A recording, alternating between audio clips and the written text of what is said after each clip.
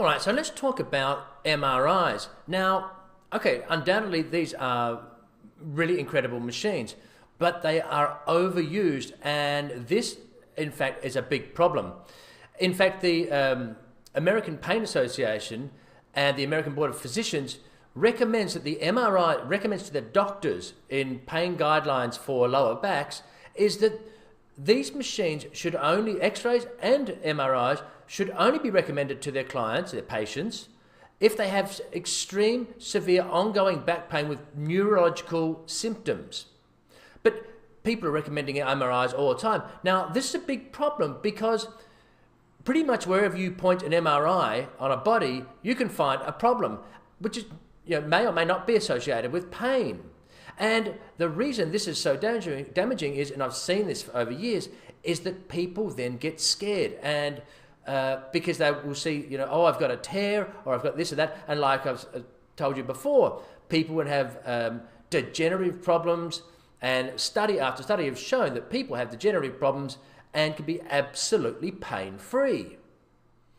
Now, there's been really interesting studies. One study, when it came to back pain, they had a group of participants who had never suffered from back pain, and they MRI'd them, and 52% had a bulging disc. No back pain. 52% had at least one bulging disc, and other spinal abnormalities, which is sometimes recommended surgery for. Another study showed that 20% of the participants in this other study had a herniated disc and had absolutely zero back pain, and these participants had never even suffered from any lower back pain. Now, when it comes to hips, they did a study on pain-free hockey players. Same thing. They found that 70% of these pain-free hockey players, pain-free in their hips, 70% had abnormal MRIs in the pelvic and hip region, and 54% had labral tears and no pain whatsoever.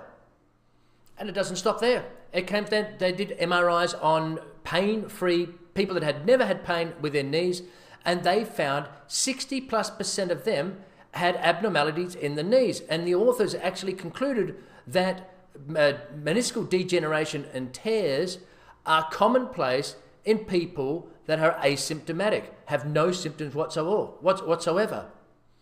And it doesn't get any different when it comes to shoulders. They did studies where they found that people pain-free, they had a group of people, participants, pain-free shoulders, and guess what? 23% of them had rotator cuff tears. They did another study. They looked at overhead athletes that were pain-free, people like tennis players, and they looked at both shoulders. They did MRIs of both shoulders. They found that these people had 40% of these people had partial to full thickness rotator cuff tears in their dominant shoulder. And these people were completely pain-free. And they checked them after 5 years, and they were still completely pain-free in the shoulders. So why is all this important? Well, it seems that, as I said, MRIs can be fabulous things, but they are so overused. And the problem is this, which is a nocebo effect. Now, you know about placebo, where you have something, and like the knee surgery people that had a placebo. They had just a cut and the knees felt better. They had fake surgery, right? Well, the opposite to that is nocebo. Think of your witch doctor that puts a spell on someone and they fall sick just because they believe in that person of the negative effects. That someone put a spell or the voodoo and all that sort of stuff. That's worked on nocebo. Now, likewise, and this is where the big problem comes in, people then start to believe that they've got a real problem. Now, I've told you all about these bulging discs. Now, someone's got some back pain. Oh, I've got a herniated disc, or I've got this, or I've got the neck of an 80-year-old that I was told by the doctor, and so on and so forth. And or I've got bone on bone. I've got a meniscus tear. And all these things, as you've seen, that the problem is there's a couple of things that happens here. That people then may be told to get surgery where they didn't need to, and because someone will see a tear, oh, that must be your pain. That must be what the problem is. And it doesn't have to be, as you say. Well, these people with tears and have no pain whatsoever.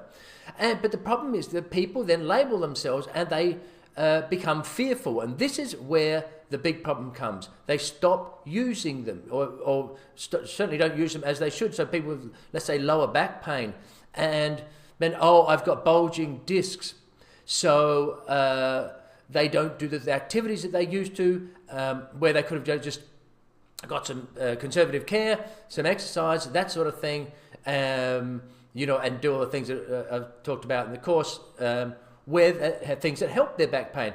Otherwise, they start to think, oh my God, I've got this problem, and then they label themselves with that problem, become fearful, and then the problem gets worse through lack of activity. So yeah, it's overused, and as I say, you can point there was one surgeon, he looked at 30 baseball pitchers, all pain-free, 90% had tears. In fact, he said, if you want to do surgery on a baseball pitcher, just get an M.R.I.